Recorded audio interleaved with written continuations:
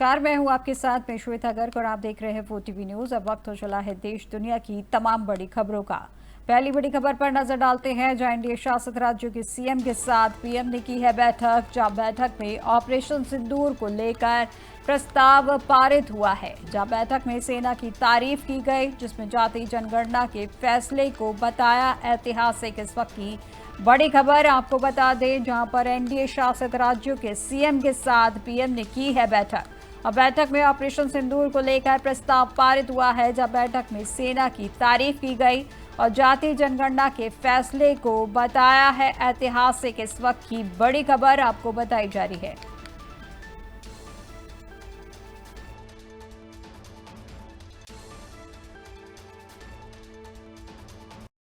खबर रांची से है, जहां लोकसभा अध्यक्ष ओम बिरला का बयान सामने आया है, जिसमें उन्होंने कहा भगवान बिरसा मुंडा ने जनजातियों के लिए लंबी लड़ाई लड़ी है।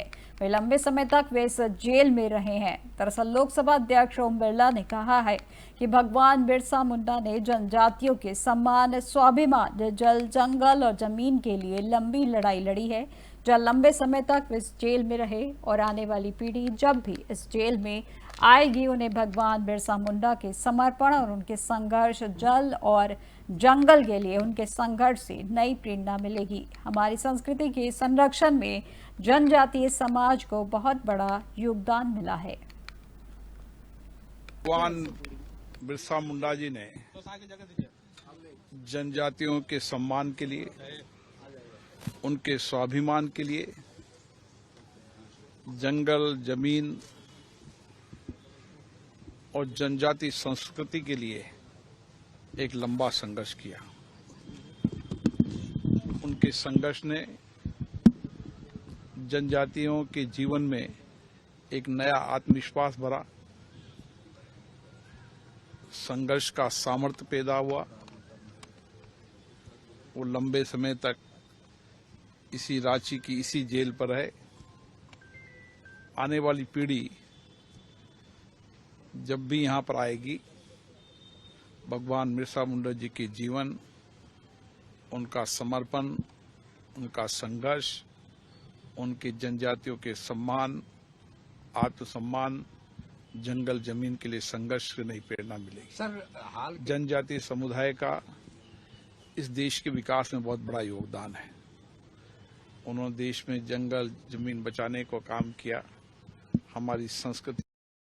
केंद्रीय मंत्री और तेलंगाना भाजपा अध्यक्ष जी किशन रेड्डी ने प्रधानमंत्री मोदी के मन की बात कार्यक्रम के 122वें एपिसोड पर कहा कि प्रधानमंत्री मोदी हर महीने के आखिरी रविवार को मन की बात कार्यक्रम करते हैं, जहां देश विदेश से करोड़ों लोग इस कार्यक्रम को सुनते हैं। वे प्रधानमंत्री हर महीने मन की बात के जरिए देश की जनता से बात करते हैं और उन्हें महीने भर में हुई नई घटनाओं और गतिविधियों के बारे में जानकारी देते हैं। मैं आम लोगों से अनुरोध करता हूं कि वे हर महीने इस कार्यक्रम को सुनें।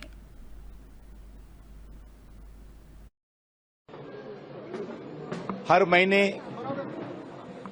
लास्ट इतवार के दिन, आखिरी इतवार के दिन, जो भारत का प्रधानमंत्री नरेंद्र मोदी जी का मन की बात कार्यक्रम होते हैं, आज भी यह कार्यक्रम संपन्न हुआ है। देश विदेशों में करोड़ों करोड़ों लोग आज भी मन की बात कार्यक्रम सुने हैं। दुनिया में ऐसा एक प्रधानमंत्री है, हर महीने देश के लोगों के साथ मन की बात के कार्यक्रम के नाम पर लोगों से बातचीत करते हैं।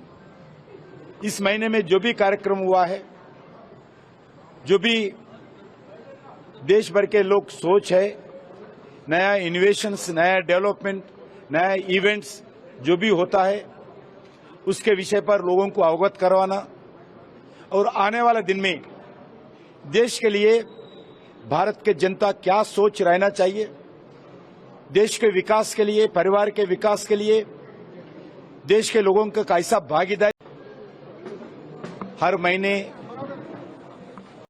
दिल्ली से है, जहां अलका लांबा ने कहा है कि नेता विपक्ष राहुल गांधी अपनी जिम्मेदारी समझते हुए पिछले एक महीने में 2 बार जम्मू कश्मीर गए हैं। उन्होंने वहां पीड़ितों घायलों से मुलाकात की और देखा कि वहां के परिवार किन हालातों में जी रहे हैं। वहीं राहुल गांधी जी वहां के लोगों को ये विश्वास दिला रहे हैं कि वे उनकी बातों को सरकार के सामने रखेंगे, लेकिन सरकार संसद सत्र नहीं बुला रही। वहीं देश के प्रधानमंत्री दूसरे के मन की बात पीड़ा सुनने के बदले में अपने ही मन की राग अलाप रहे हैं। श्री राहुल गांधी जी नेता विपक्ष के तौर पर अपनी जिम्मेदारियों को समझते हुए एक बार नहीं, दो बार इस एक महीने में जम्मू और कश्मीर गए हैं। पीड़ितों को मिले, घायलों को मिले, शहीद के परिवारों को मिले और हालात देखकर आए हैं कि किस हालात में, किस डर और खौफ में वो परिवार जी रहे हैं। कल भी राहुल गांधी जी जम्मू कश्मीर के पुंछ में गुरुद्वारे में हमला हुआ, 17 जत्थेदार बताया जाता है, वीडियो में आपको दिखा रही हूं, देखते देखते शहीद हो गए। उस परिवार से भी मिले जिस परिवार ने अपने 2 जुड़वा बच्चों को खो दिया है। संवेदनशीलता राहुल गांधी जी से प्रधानमंत्री जी आपको सीखनी चाहिए। वो उन मां बाप से तो मिले जिन्होंने अपने 2 जुड़वा बच्चों को खोया है, लेकिन राहुल गांधी जी उस स्कूल में भी जाते हैं, उन बच्चे मासूम बच्चों को भी मिलने जाते हैं जिन्हें मालूम है कि उन्हीं के स्कूल में, उन्हीं की कक्षा में पढ़ने वाले 2 उनके दोस्तों को भी इस हमले में अपनी जान गंवानी पड़ी। वो भी डर, खौफ, सोच में होंगे, लेकिन राहुल गांधी जी ने कल उनसे मुलाकात की, उन बच्चों से मुलाकात की, उन परिवारों से मुलाकात की। श्री राहुल गांधी जी नेता विपक्ष के तौर पर अपनी जिम्मेदारियों को समझते हुए एक बार नहीं, दो बार इस एक महीने में जम्मू और कश्मीर गए हैं। अब एक बड़ी खबर आपको बता दें, जासूस ज्योति को लेकर एक और बड़ा खुलासा हुआ है, जिसमें पाकिस्तान की इमेज बेहतर करने में लगी थी ज्योति। जहां कई पाकिस्तानी यूट्यूबर के संपर्क में थी ज्योति, जहां पाक में ज्योति के जीशान हुसैन से की थी मुलाकात। वहीं दोनों ने यूट्यूब पेज पर की थी पाक की तारीफ और जीशान ने ज्योति को बताया था पाक का एम्बेसडर। वहीं जीशान के जरिए पाक एजेंसियों को जानकारी देने का शक। इस वक्त की बड़ी खबर आपको बता दें, जहां यूट्यूबर ज्योति के संबंध में ये बड़ी खबर है, जहां जासूस ज्योति को लेकर एक और बड़ी खुलासा हुआ है। जहां पाकिस्तान की इमेज बेहतर करने में लगी थी ज्योति, जहां कई पाकिस्तानी यूट्यूबर के संपर्क में थी ज्योति, जहां पाक में ज्योति ने जीशान हुसैन से की थी मुलाकात। वहीं दोनों ने यूट्यूब पेज पर की थी पाक की तारीफ, जिसमें जीशान ने ज्योति को बताया था पाक का एम्बेसडर। जीशान के जरिए पाक एजेंसियों को जानकारी देने का शक हुआ है।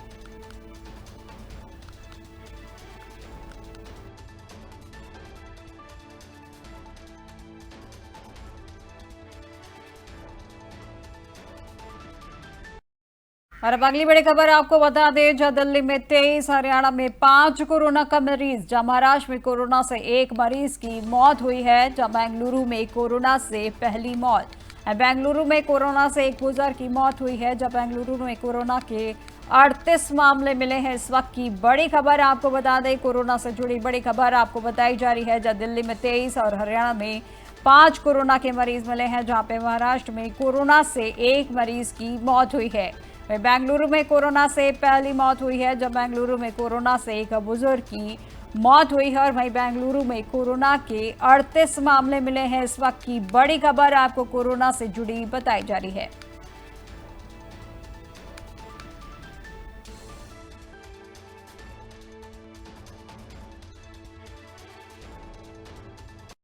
और अब खबर दिल्ली से है, जहां शाहदरा में ई रिक्शा चार्जिंग स्टेशन में लगी है आग, जो आग लगने से 2 लोगों की मौत हुई है और 4 घायल हुए हैं।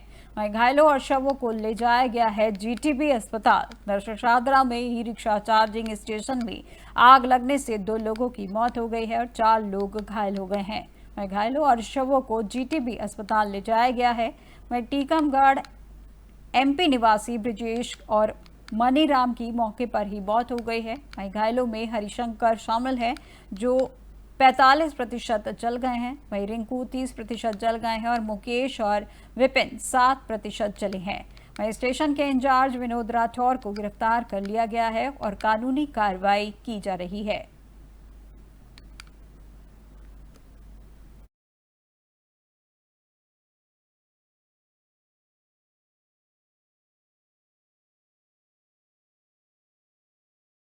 खबर जयपुर राजस्थान से है, जब फिल्म केसरी वीर के बारे में बोले हैं अभिनेता सुनील शेट्टी। उन्होंने कहा कि यह फिल्म राजपूतों की कहानी है और उन्होंने हमेशा हमारे देश के लिए लड़ाई लड़ी है।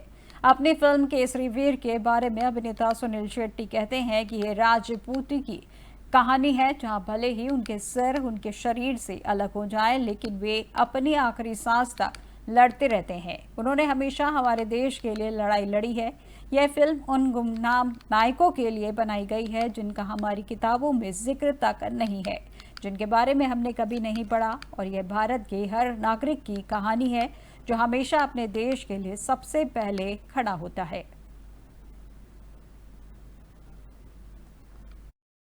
आई थिंक उन्हीं की फिल्म है, राजपूतों की कहानी है। सर धड़ से अलग हो जाता है लेकिन आखिरी दम तक लड़ते रहते हैं और हम हमेशा देश के लिए करते आए। तो आई थिंक उन्हीं के लिए ये फिल्म बनाई गई, उन अनसंग हीरोज के बारे में जिनके बारे में हम कभी पढ़ते नहीं है, हमारे किताबों में कभी लिखा नहीं गया। तो उनके वीरों की कहानी है ये। और शेखावत जी और हमारे बाकी मित्रों की वजह से ये पॉसिबल हुआ है। जेडी भाई है, सब लोग हैं, सभी लोग साथ दे रहे हैं। सुजीत हमेशा पहले आ जाता है कि जब भी कोई देशभक्ति के बारे में फिल्म बनती है तो आई थिंक हमारे राजपूत भाई पहले आ जाते हैं। तो आई थिंक ये हिंदुस्तान की कहानी, हिंदुस्तान की हर उस नागरिक की। भारत की चौथी सबसे बड़ी अर्थव्यवस्था बनने पर केंद्रीय मंत्री मनोहर लाल खट्टर ने कहा कि आज हमारा देश दुनिया की चौथी सबसे बड़ी अर्थव्यवस्था बन गया है। मुझे लगता है कि हम 2027 तक तीसरे स्थान पर पहुंच जाएंगे, जब तक हमारी अर्थव्यवस्था $5 ट्रिलियन की होगी। वही 2047 तक हम एक और बड़ी छलांग लगाने की उम्मीद कर रहे हैं कि यह पहले या दूसरे स्थान पर पहुंच जाएगी। वहीं पीएम मोदी ने जिस तरह से देश की अर्थव्यवस्था को आगे बढ़ाया है, कोई भी अन्य विश्व नेता ऐसा नहीं कर सकता।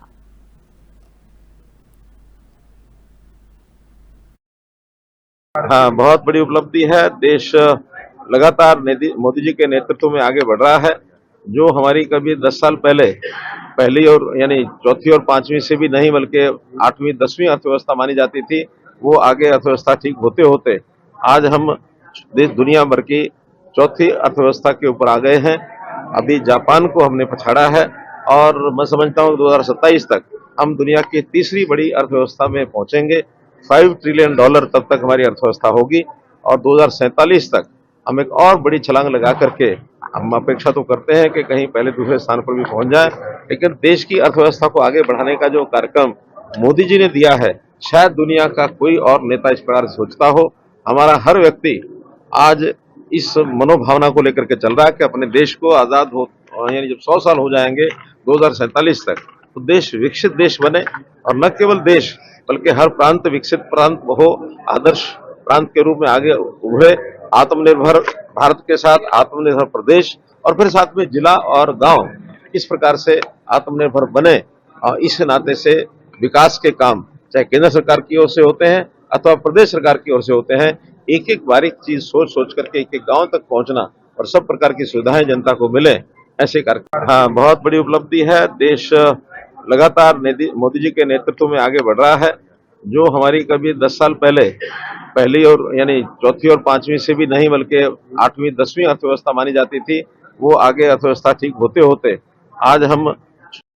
अब खबर हिमाचल प्रदेश से है, जब बायोचार और उर्वरक उत्पादन इकाई का उद्घाटन हुआ है, जो केंद्रीय मंत्री गिरिराज सिंह ने किया है उद्घाटन।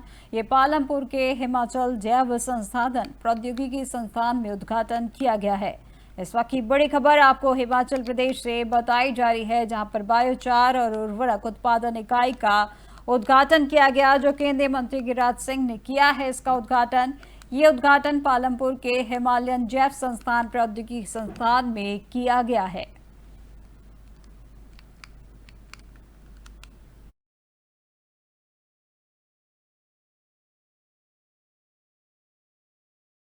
अब खबर हावेरी कर्नाटक से है, जहां नागल सामूहिक बलात्कार मामला आया है, जहां पे 7 आरोपियों को 2 जून तक न्यायिक हिरासत में वापस भेजा गया है। बताया जा रहा है कि जश्न मनाने के लिए रैली निकालने पर उन्हें दोबारा से गिरफ्तार किया गया है।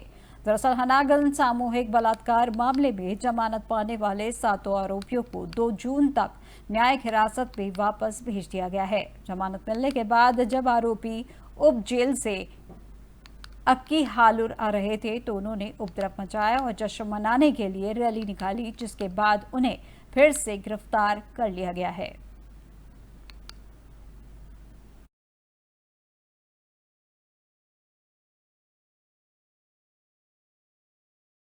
अब खबर अम्बाला से है, जब मन की बात कार्यक्रम का 122वां एपिसोड पर बोले हैं हरियाणा सरकार के मंत्री अनिल विज। उन्होंने कहा कि यह देश के पहले प्रधानमंत्री हैं जो देश से मन की बात करते हैं। दरअसल हरियाणा सरकार में मंत्री अनिल विज ने प्रधानमंत्री नरेंद्र मोदी के मन की बात कार्यक्रम के 122वें एपिसोड पर कहा कि यह देश के पहले प्रधानमंत्री हैं जो देश के साथ मन की बात करते हैं, जो केवल पीएम मोदी के ही नहीं बल्कि पूरे देश की मन की बात होती है। प्रधानमंत्री ने आज सभी महत्वपूर्ण विषयों का जिक्र किया। उनका उद्देश्य देश के अन्य क्षेत्रों में लोगों को इस कार्यक्रम के माध्यम से प्रेरित करना है। ये देश के पहले प्रधानमंत्री हैं जो लगातार देश को मन की बात बताती है। वो दरअसल मोदी जी के ही मन की बात नहीं होती है, वो लोगों के मन की बात होती है। अब जैसे आज उन्होंने ऑपरेशन सिंदूर के बारे में बताया, करंट इशू था, और जिस वीरता के साथ सैनिकों ने इस युद्ध में अपने जोहर दिखाए उसकी सारे देश को बात बताई। उसी प्रकार से देश में जो नक्सलाइट मूवमेंट है उसके बारे में भी उन्होंने बात की। पर्यावरण की रक्षा के लिए जो शेरों का संख्या बढ़ती जा रही है वो भी उन्होंने जिक्र किया। और अब खबर जम्मू से है, जहां भारत के चौथी सबसे बड़ी अर्थव्यवस्था पर बोले हैं केंद्रीय मंत्री, जहां पे उन्होंने कहा कि बहुत ही सुखद समाचार है, जहां प्रधानमंत्री मोदी का धन्यवाद। दरअसल केंद्रीय मंत्री जितेंद्र सिंह ने भारत की चौथी सबसे बड़ी अर्थव्यवस्था बनने पर कहा कि बहुत ही सुखद समाचार है। प्रधानमंत्री मोदी का धन्यवाद। जिस दूरदर्शिता के साथ भारत पिछले 11 वर्षों से एक विकास यात्रा पर निकला है, ये उसी का नतीजा है। देखते ही देखते हमारी अर्थव्यवस्था 5वें स्थान पर आई है और अब 4थे स्थान पर है। और इस बहुत बड़ी उपलब्धि के पीछे का कारण यह भी है कि पहली बार प्रधानमंत्री नरेंद्र मोदी ने देश को तकनीक के महत्व को लेकर जागरूक किया है। जब पीएम मोदी ने विश्व के इस समय के वातावरण को देखते हुए भारत की भूमिका को निभाने के लिए जो निर्णय अनिवार्य थे वह लिए हैं, वही आज यह नागरिकों में एक तरह का आत्मविश्वास जागा है कि हम सभी को एकत्रित होकर इस विकसित भारत की यात्रा को सिद्धि तक पहुंचाना है।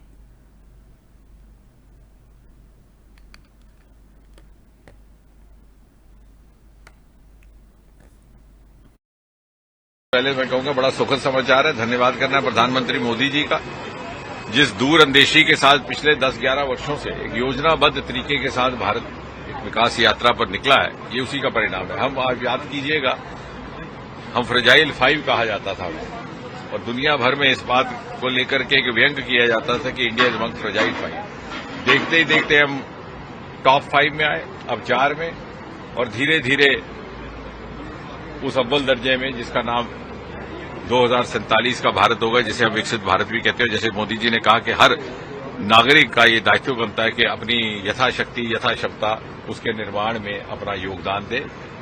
और साथ ही साथ मुझे लगता है कि एक बहुत बड़ी इस उपलब्धि के पीछे का राज और कारण ये रहा कि पहली बार मोदी जी ने देश को जागरूक कराया टेक्नोलॉजी के महत्व को लेकर के, कि आज के बाद विश्व में जितना भी विकास होगा, जितना भी तरक्की होगी, वो टेक्नोलॉजी ड्रिवन होगी।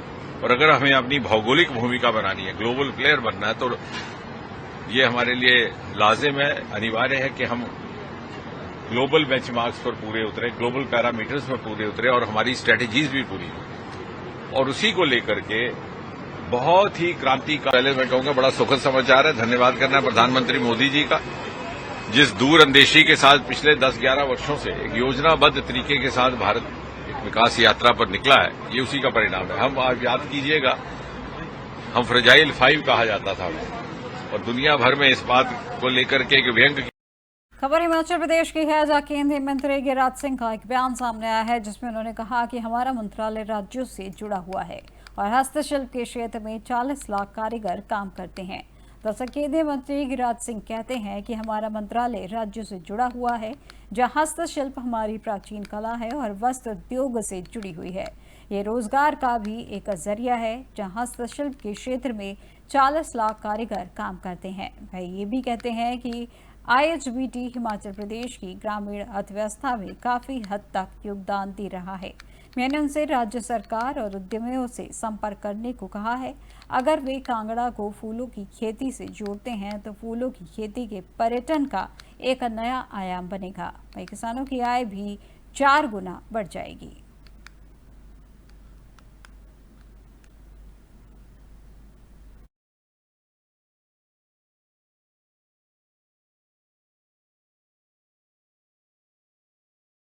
दिल्ली NCR में मौसम ने अचानक करवट ली है, जहां दिन भर तापमान 40.7 डिग्री सेल्सियस दर्ज किया गया, वहीं फील्स लाइक यानी शरीर पर महसूस होने वाला तापमान 50.2 डिग्री सेल्सियस तक पहुंच गया। लेकिन शाम होते होते मौसम का मिजाज एकदम बदल गया, जहां तेज धूल भरी आंधी, मूसलाधार बारिश और ओलावृष्टि ने गर्मी से जूझ रहे लोगों को कुछ राहत तो दी, लेकिन इसके साथ ही कई तरह की समस्याएं भी खड़ी कर दी। और इस मौसम में कम दृश्यता, पेड़ों के उखड़ने की समस्याएं और सड़कों पर जलभराव और हवाई उड़ाने में देरी जैसी घटनाएं सामने आई। भारतीय मौसम विभाग यानी IMD ने इस असामान्य मौसम के लिए रेड अलर्ट जारी करते हुए लोगों को सावधानी बरतने की सलाह दी है। विशेषज्ञों का मानना है कि विज्ञान और तकनीक के विकास के साथ साथ कंक्रीट के शहरों का तेजी से विस्तार भी पर्यावरणीय असंतुलन को बढ़ा रहा है और इसी का परिणाम है कि मानसून अब अपने पारंपरिक स्वरूप में नहीं रहा। शहरीकरण, ग्लोबल वार्मिंग और जलवायु परिवर्तन मिलकर मौसम के पैटर्न को अस्थिर बना रहे हैं। आने वाले दिनों में भी गर्मी और बारिश का मिश्रण बना रह सकता है और इसलिए सतर्क रहें और सुरक्षित रहें। आइए समझते हैं कि दिल्ली NCR में मौसम क्यों और कैसे बदला। देखिए हमारी एक खास रिपोर्ट। सुबह का हाल जब दिल्ली तप रही थी। 21 मई की सुबह दिल्ली वासियों के लिए किसी चुनौती से कम नहीं थी। सूरज की तपिश और उमस ने लोगों का घर से निकलना दूभर कर दिया था। अधिकतम तापमान 40 डिग्री से कहीं ऊपर पहुंच चुका था, लेकिन जो सबसे चौंकाने वाला आंकड़ा था वो था फील्स लाइक यानी शरीर पर महसूस होने वाला तापमान, जो 50 डिग्री से भी ज्यादा दर्ज किया गया। विशेषज्ञ बताते हैं कि गर्म हवा और अत्यधिक ह्यूमिडिटी के कारण शरीर का ताप नियंत्रित करना मुश्किल हो जाता है और यही वजह है कि असल तापमान से ज्यादा गर्मी महसूस होती है, जो ज्यादा खतरनाक भी होता है क्योंकि इसमें डिहाइड्रेशन और थकान जैसी समस्याएं बढ़ जाती है, खासकर बच्चों, बुजुर्गों और बीमार लोगों के लिए। मौसम ने बदली करवट, शाम को बदला मिजाज। लेकिन शाम को जैसे ही लोग गर्मी से थोड़ी राहत की उम्मीद कर रहे थे, वैसे ही मौसम ने अचानक करवट ली। दिल्ली, नोएडा, गुरुग्राम, गाजियाबाद और फरीदाबाद में धूल भरी आंधी चली, जिसके बाद मूसलाधार बारिश और ओलावृष्टि शुरू हो गई। इसने जहां गर्मी से राहत दी, वहीं कई परेशानियां भी खड़ी कर दी। दिल्ली एयरपोर्ट पर विजिबिलिटी घटने के कारण कई फ्लाइट्स डिले हुए। कई इलाकों में पेड़ गिरने की घटनाएं सामने आई, जिससे ट्रैफिक प्रभावित हुआ। सड़कों पर जल जमाव से लोग फंस गए और कई जगहों पर बिजली की आपूर्ति भी बाधित हुई। भारतीय मौसम विभाग यानी IMD ने इस अप्रत्याशित मौसम के लिए रेड अलर्ट जारी किया। चेतावनी दी गई कि अगले कुछ दिनों तक मौसम में उतार चढ़ाव जारी रह सकता है और तेज हवाएं और बारिश से सतर्क रहने की जरूरत है, क्योंकि हवाओं की रफ्तार बहुत ज्यादा थी। धूल के गुब्बार ने दृश्यता को लगभग शून्य कर दिया। बारिश और ओलावृष्टि ने कई इलाकों में अचानक बाढ़ जैसे हालात पैदा कर दिए। मौसम के बदलाव का कारण क्या था? चक्रवाती हलचल यानी साइक्लोनिक सर्कुलेशन। आईएमडी के मुताबिक ये जो बदलाव हुआ था उसका कारण हरियाणा और आसपास के इलाकों में चक्रवाती हलचल थी, जो पश्चिम में पंजाब से पूर्व में बांग्लादेश तक फैली एक निम्न दाब का क्षेत्र थी। आपको बता दें कि निम्न दाब का क्षेत्र तब बनता है जब कहीं तापमान अधिक हो जाता है, जिससे हवाएं क्षैतिज रूप से ऊपर उठ जाती हैं और वह स्थान खाली हो जाता है, जो मौसम को अस्थिर करने का मुख्य कारण बना। अरब सागर और बंगाल की खाड़ी से नमी। इस चक्रवाती हलचल ने अरब सागर और बंगाल की खाड़ी से नमी को खींचा। इस नमी ने बारिश, ओलावृष्टि और तेज हवाओं को बढ़ावा दिया। तेज हवाएं और अस्थिरता। नमी और गर्म हवा के मिश्रण से वातावरण में अस्थिरता पैदा हुई, जिसके कारण तेज हवाएं, धूल भरी आंधी और गरज चमक के साथ बारिश हुई। मौसम परिवर्तन के पीछे की सच्चाई। अब सवाल ये उठता है कि क्या ये सिर्फ सामान्य मौसमी उतार चढ़ाव था या इसका संबंध पर्यावरणीय असंतुलन से है। तो विशेषज्ञों का मानना है कि दिल्ली एनसीआर जैसे घनी आबादी वाले शहरों में कंक्रीट की बढ़ती मात्रा, हरियाली की कमी और बढ़ता प्रदूषण जलवायु पर सीधा असर डालता है। Global warming. पृथ्वी का तापमान लगातार बढ़ रहा है। शहरीकरण। हरियाली की जगह बिल्डिंग और सड़कें ताप को अवशोषित करती है और वातावरण को गर्म बनाती है। मानसून का बिगड़ता स्वरूप। पहले जहां मानसून का समय और पैटर्न स्थिर होता था, वह अब अस्थिर हो गया है। आने वाले दिन क्या है संभावना। आईएमडी और अन्य मौसम विशेषज्ञों का अनुमान है कि आने वाले दिनों में मौसम का यही उतार चढ़ाव जारी रहेगा। दिन में तेज धूप और तापमान में वृद्धि, तो वहीं शाम को आंधी बारिश का सिलसिला बना रह सकता है। इसलिए लोगों को सलाह दी गई है कि अनावश्यक रूप से धूप में ना निकले, घरों की छतों और खुले इलाकों में ना रहे। यात्रा करते समय मौसम अपडेट्स पर नजर रखें। बिजली गिरने से बचने के लिए पेड़ों के नीचे शरण ना ले। वैज्ञानिकों की चेतावनी।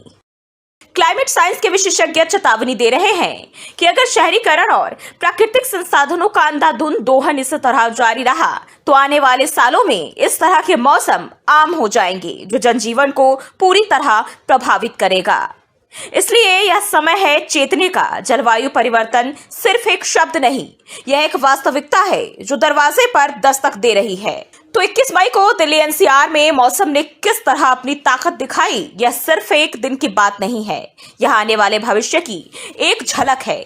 जरूरत है सोचने की, समझने की और जिम्मेदारी उठाने की। मौसम बदल रहा है। देश दुनिया की तमाम बड़ी खबरों में फिलहाल बस इतना ही, और अधिक जानकारी के लिए देखते रहिए 4TV न्यूज। नमस्कार।